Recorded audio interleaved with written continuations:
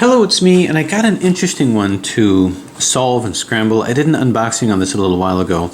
This one comes from Seth Holliday, made by Grigoriev's Living Puzzles site, which is an excellent resource for puzzle collectors.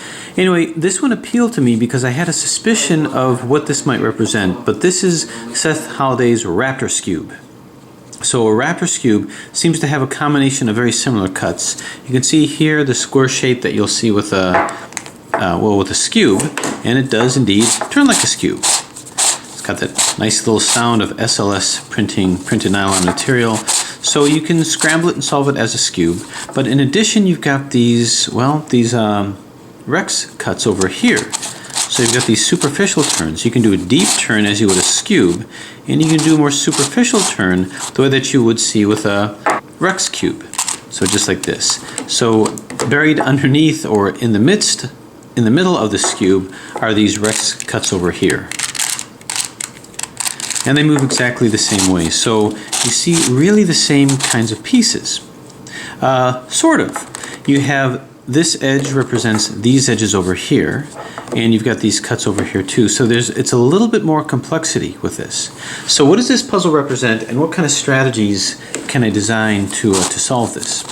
Well, whoops. Let's see if I can get this back here. There we go. Well, that was interesting. I never did that before. Anyway, so it really does turn well. Just that one issue. So it really does turn well. I did have to lubricate it a little bit, but it moves very freely. And the question is, what kind of strategies should I do? Should I reduce this to a Rex cube and solve it as such? Should I reduce it to a Skewb and solve it as such? To reduce all of these pieces? So that may be a little bit difficult, but let's see if we can categorize this before embarking on strategies and algorithms and things like that. Starting off with the Skewb. So my contention is that the Skewb as a puzzle is actually a modification of a platonic solid, and that's a face-turning puzzle, and that would be a face-turning octahedron. This is really a 2x2, a two-layer puzzle, as you can see, and it represents a modification of the simplest version of the face-turning octahedron, the two-layer octahedron. And it's really solved with a very similar strategy. So for instance, if we say this is the centerpiece over here, that's the centerpiece over here, and we would have to say that this represents corners. So these square pieces represent corners. So corner, corner, corner, corner, corner, corner. You've got the center here, and then as you turn it, you're dragging these center pieces as well. So center, center, center. So if we were to scramble this, we could solve this exactly like a face-turning octahedron. I think this is called the diamond Skewb. So it's interesting that this is named as a shape modification of a Skewb, calling it a diamond Skewb, when in reality this really just represents the lowest ordered version of a face-turning octahedron, and this should just simply be a shape modification of that. Now at some point, if you'd like, I could go through how to solve this as a face-turning octahedron and solve this as a modification of that. But because of the differences, like for instance these corners have one color, these have three colors, the strategy is a little bit different. Okay, so what then does this represent? Well, believe it or not, when we think about the next order up from this, the master version, which I really don't think should be called the master version, but the next step up with this would be the master Skewb. And they call it that because it's got really the same pieces. You see your corners here, you see your centers here, but now you've added edges and you've added these central pieces over here too. So, on one hand you can say this is sort of the two-layer version of a Skewb, and this is the three-layer version of the Skewb. So in many ways this should be the baseline Skewb, and this is like a mini Skewb. But we run into a little bit of an issue because the next step up from the actual platonic solid that this I think represents would just be the face-turning octahedron. Now this is called the diamond Skewb, but it's really a 2x2 face-turning octahedron. This is the 3x3 face-turning octahedron. So if we just use these as your baseline puzzles, the way we would, a 3x3 and a 4x4, this is simply the face-turning versions of the next up platonic solid, which is the octahedron, face-turning octahedron. So what is the cubic version of this? Well, you might be tempted to say that it's actually this guy.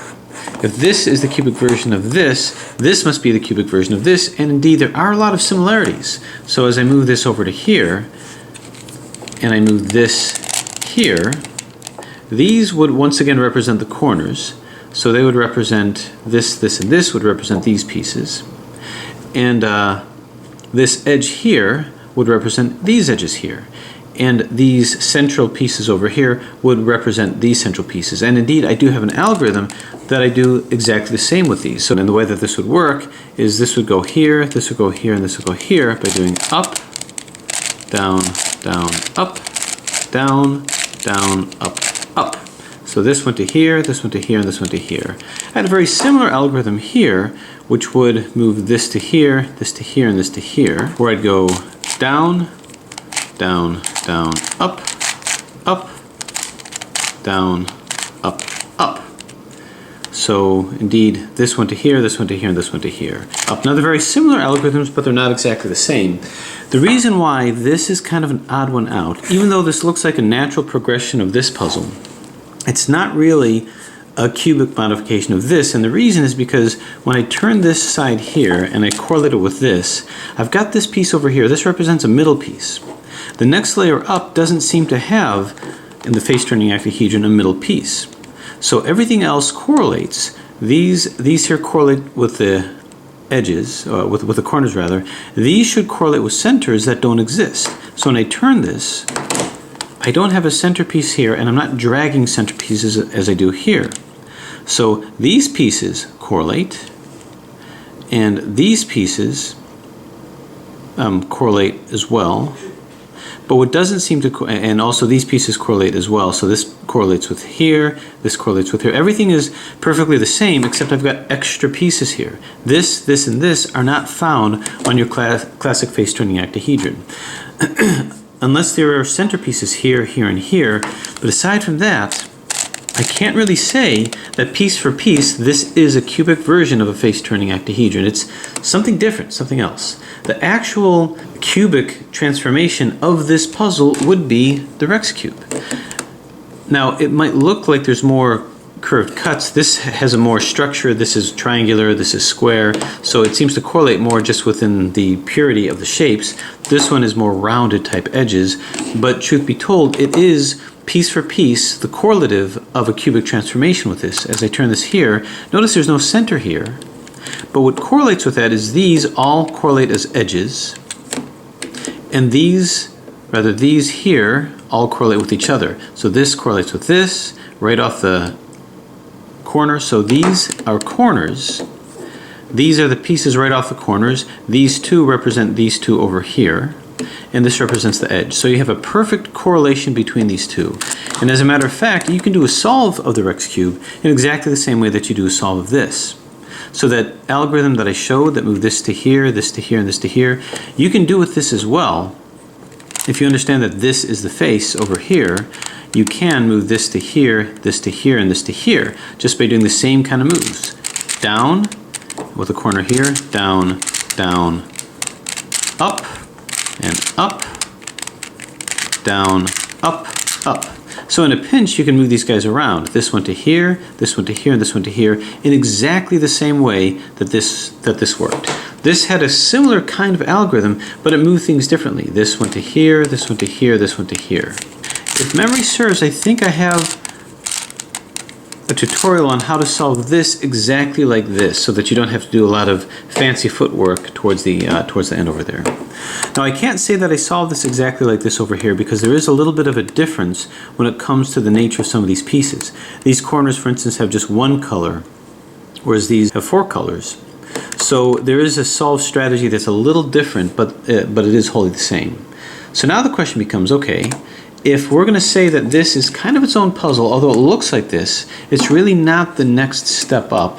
This is really more the next step up, in that it doesn't have, this has a center, whereas this doesn't have a center. So too, this has a center, but this does not have a center, so you have that perfect correlation. These are really what correlates, here and here. So with that said, where do we land this? Well, this is 1, 2, 3, 4. This is a 4-layer puzzle now, much like this is a 3-layer puzzle. 1, 2, 3. So the question is, well, what's the next step up? This is a master face-turning octahedron, which has 1, 2, 3, 4 layers. And if you really believe that the Raptor Skewb is a cubic transformation of this, then you would believe that the cubic transformation of the master face-turning octahedron would be the Elite Skewb.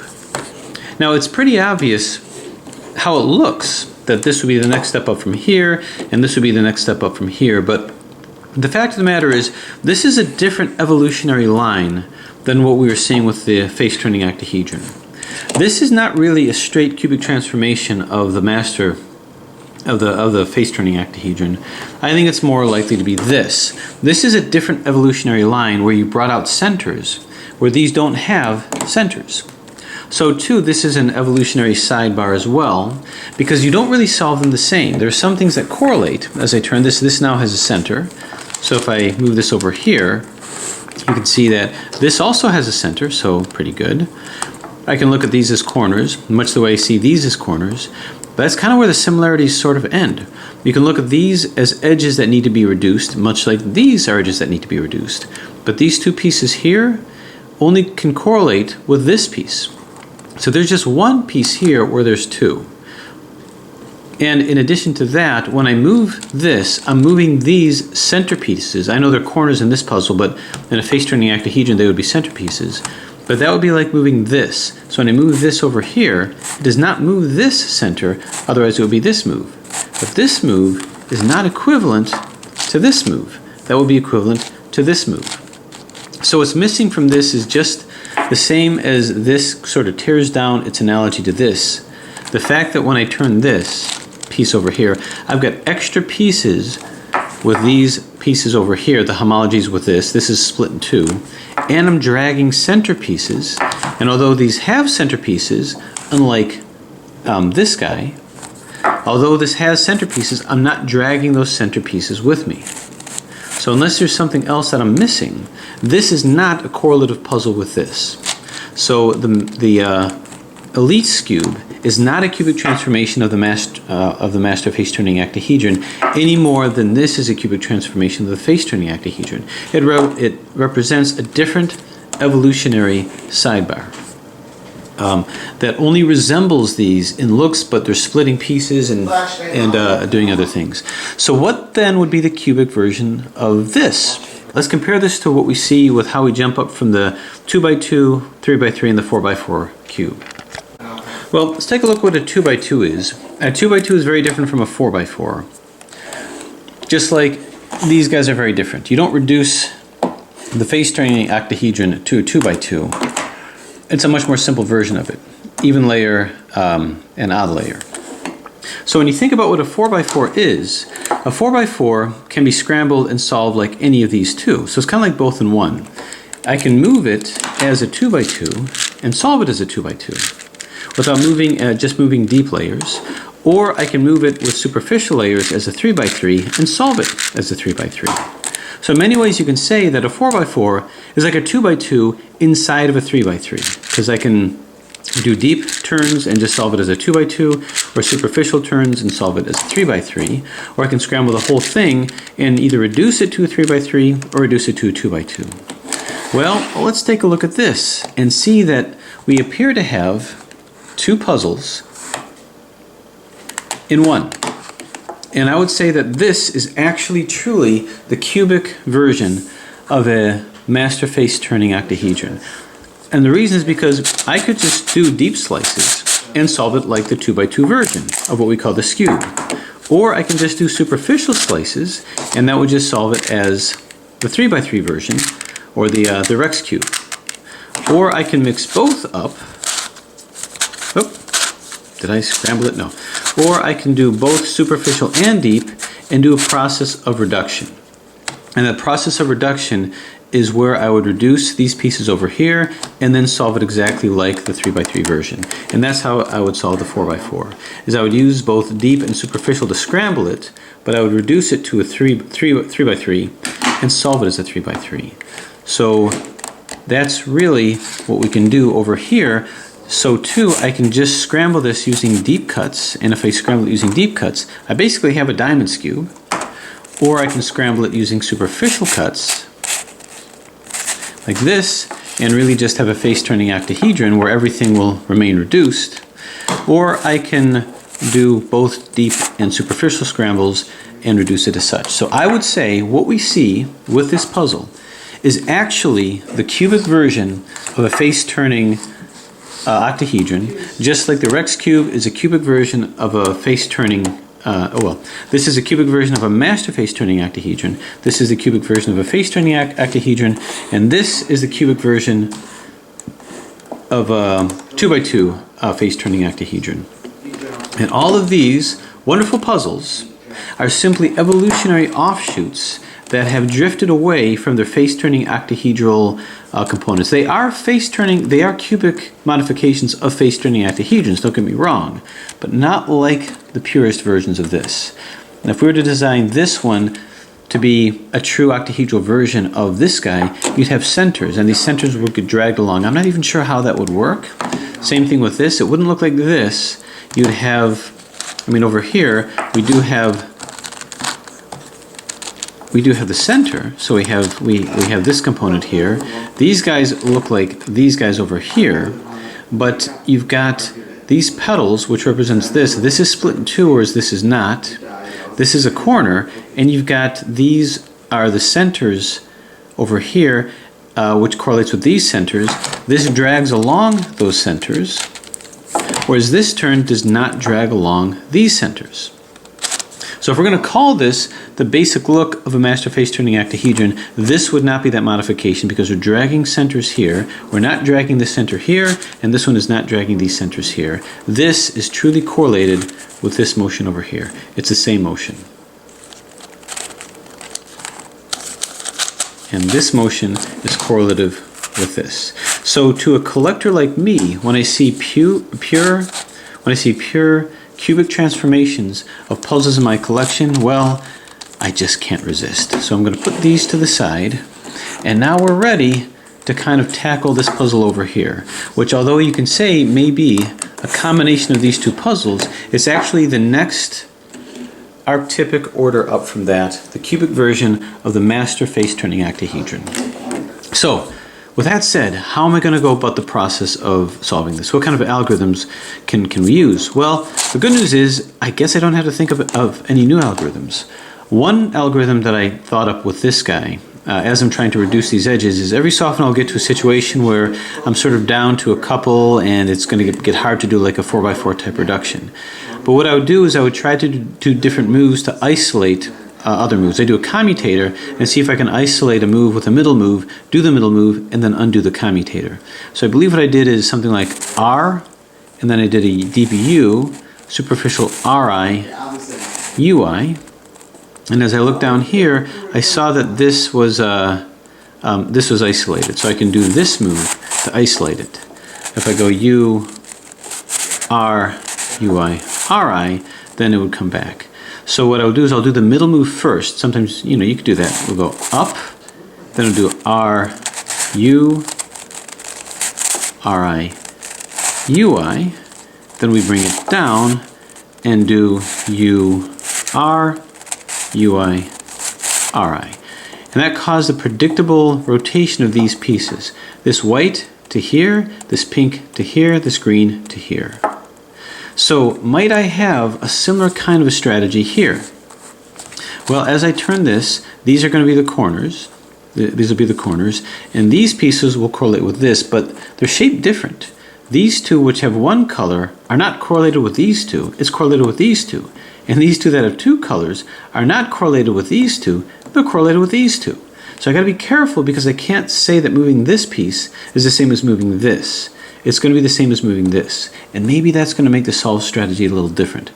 But let's see if I can do similar movements. So let me see. This will be in front of me. This is a corner. Or let's see. These corners were at the side. Let's do the R, U.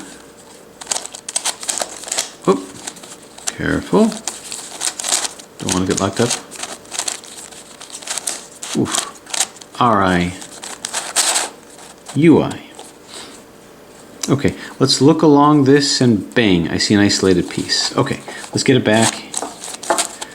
U, R, U, I, R. Now what's exciting about this is I'm never sure where it's going to go, but I did see a piece that's isolated. So I'm going to move this middle move first, and I'm going to go up, then do R, U, R, I, U, I. I'm going to pull this down and finish with U, R, U, I, R, I. Then we take a look and we see that this blue and yellow went here, this red and white went here, and this green and red went here. So we have perfect symmetry of these motions. These pieces all moved in a predictable way and in a similar way. So because of that, we see that this is truly homologous to each other. Here to here to here. Now I think that that was my basic strategy with these puzzles. Let's go ahead and get this back. Up, turn, turn, turn, turn, and down, turn, turn, turn, turn. Once more. R, U, R, I, U, I. Turn it back. U, R, U, I, R, I. Now I think the rest of the puzzle was really just putting things into various positions. I think I can rely upon the knowledge of a Rex solve and a Skewb solve. In other words, my face-turning octahedron solves. But just for the sake of muscle memory, let's see if we can get this back. We're going to go up, then R, U, R, I, U, I, and back, then U, R, U, I, R, I. Now one more should take this red and white to here, green and red to here, and blue and yellow to here. So we've got up, R, U, R, I, U, I, and then back, and U, R, U, I, R, I. So it is quite an honor to have a series like this in my collection, even though they appear to be very different and not as symmetrically similar as these guys. These are a fascinating evolutionary offshoot, but this is the true cubic homologies with this. So I guess there's not much more to do except to go ahead and scramble them up. Now what I could do is I could scramble this at the same time as this, but in the interest of time I do have a solve video on this one. This really needs to be mass produced, so do these two. So with enough support, let's see if I can make that happen. But anyway, or help make that happen. Let's go ahead and just scramble this. I think I've got the information that I need. Now that I have the perspective on this puzzle, I think it's time to show caution to the wind, or throw caution to the wind. I wouldn't just show it. And now I wonder if something else is born out of this, like if there's another move. If I do a half Skewb move, can this move? No, I don't think so. Worth a try. Okay, so this is just to show the motion. I'll have a link where to pick a puzzle like this up from. Very reasonably priced. Gregavier does excellent work. And like I say, I had to do a little bit of lubricating of this to make sure that I can move well, because I know that some of these algorithms can get a little crazy. But I think that this should be okay to solve. I think it should be a good challenge. Face-turning octahedron is one of my favorite puzzles. Okay, so there it is. Nicely scrambled, and it has a nice little look to it. Scramble a little bit more, separate these pieces out. Okay. Okay, so a nice, scary scramble.